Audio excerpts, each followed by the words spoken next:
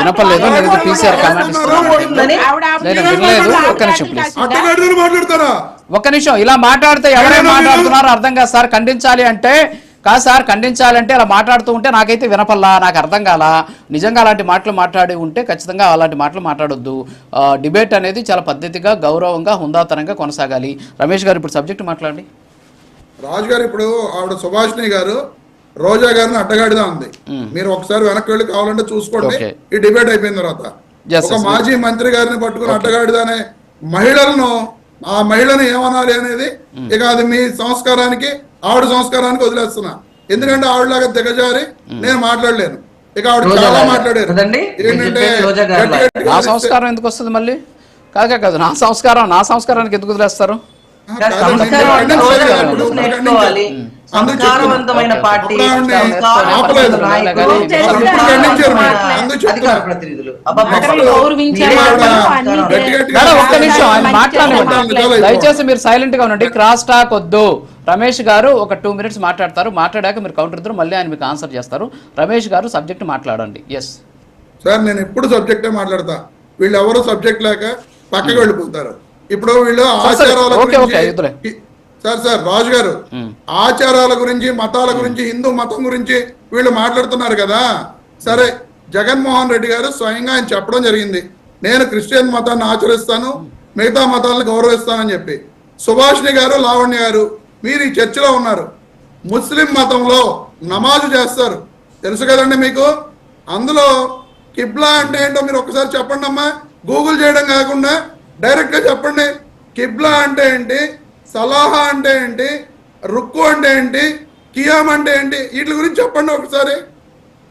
మీరు మాట్లాడుతున్నారు కదా. అది కాదండి, ఇప్పుడు మీరు డిబేట్ దేని గురించి పెట్టారు? చెప్పండి. ఇస్లాం మతం, ముస్లిం మతం గురించి. చంద్రబాబు నాయుడు గారు, పవన్ కళ్యాణ్ గారు ముందు మనం మాట్లాడాల్సింది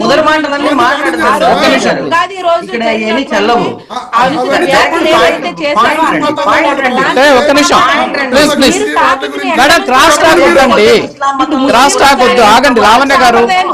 లావణ్య గారు మీ టైం వచ్చినప్పుడు మీరు మాట్లాడుదురు, ఆగండి ప్లీజ్. ఇప్పుడు రమేష్ గారు అడుగుతున్న మేడం ఒక్క నిమిషం రమేష్ గారు అడుగుతున్న ప్రశ్న ఏంటంటే, జగన్మోహన్ రెడ్డి గారికి పూజా విధానం తెలీదు, ఆయన క్రిస్టియన్ గా ఉన్నారు కాబట్టి హిందూ మత సాంప్రదాయాలు తెలీదు, మీరు హిందువులుగా ఉన్నారు కాబట్టి మీకు ముస్లిం కి సంబంధించినటువంటి ఈ విధానాలు తెలియదు కదా అని అడుగుతున్నారు. దానికి ఆన్సర్ దానికి ఏంటంటే ఆన్సర్ ఏంటంటే, అక్కడ రమేష్ గారు మేడం ఒక్క నిమిషం ప్లీజ్. రమేష్ గారు అక్కడ ఏంటంటే జగన్మోహన్ రెడ్డి గారిని పూజా విధానాలు తెలియాలి అనేది రూల్ ఏం లేదు. అక్కడ కనీసం స్వామి చెప్తున్నాడు, ఆయన అర్చకుడు చెప్తున్నాడు ఆత్మ ప్రదక్షిణ చేయండి అన్నప్పుడు చేయాలి కదా. అట్లీస్ట్ మీరు హిందూ, మీరంటే చాలా గౌరవం ఉంది.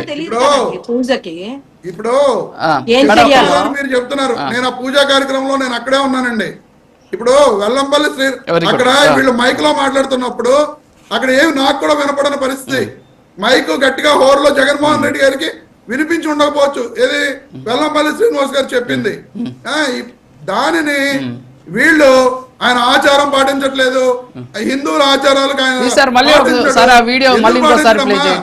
ముస్లిం ఆచారాన్ని పాటిస్తావా? నెక్స్ట్ క్రిస్టియానిటీలో వాళ్ళు ఇలా ఇలా ఇలా ఇలా ఒక ఇది చేస్తారు. వాళ్ళ మత ఆచారం ప్రకారం దాన్ని సైన్ ద క్రాస్ అని చెప్తారు. దాని యొక్క అర్థం ఏంటో మీరు ఇద్దరు చెప్పండి. సైన్ ద క్రాస్ అని చెప్తారు. మీరు ఇద్దరు హిందువులు అయితే గూగుల్ చేయకుండా ఇప్పుడు దాని అర్థం ఏంటో చెప్పండి. ఇప్పుడు మీరు ఎక్కడి నుంచి ఎక్కడికి తీసుకెళ్తున్నారన్న టాపిక్ ని, ఎక్కడి నుంచి ఎక్కడ తీసుకెళ్తున్నారు? హిందూ మత ఆచారాల గురించి రమేష్ గారు లావణ్య గారికి తెలియాల్సిన అవసరం లేదు, సుభాష్ గారికి తెలియాల్సిన అవసరం లేదు, మీకు తెలియాల్సిన అవసరం లేదు, నాకు తెలియాల్సిన అవసరం లేదు. ముఖ్యమంత్రిగా ఉన్నటువంటి వ్యక్తి కదా, ముఖ్యమంత్రిగా ఉన్నటువంటి వ్యక్తికి ఒకటో రెండో తెలుసుకోవాలి. అక్కడ పూజారి చెప్తాడు, పక్కన చూడొచ్చు, అక్కడ పంతులు గారు పూజారి క్లియర్ గా చెప్తున్నాడు.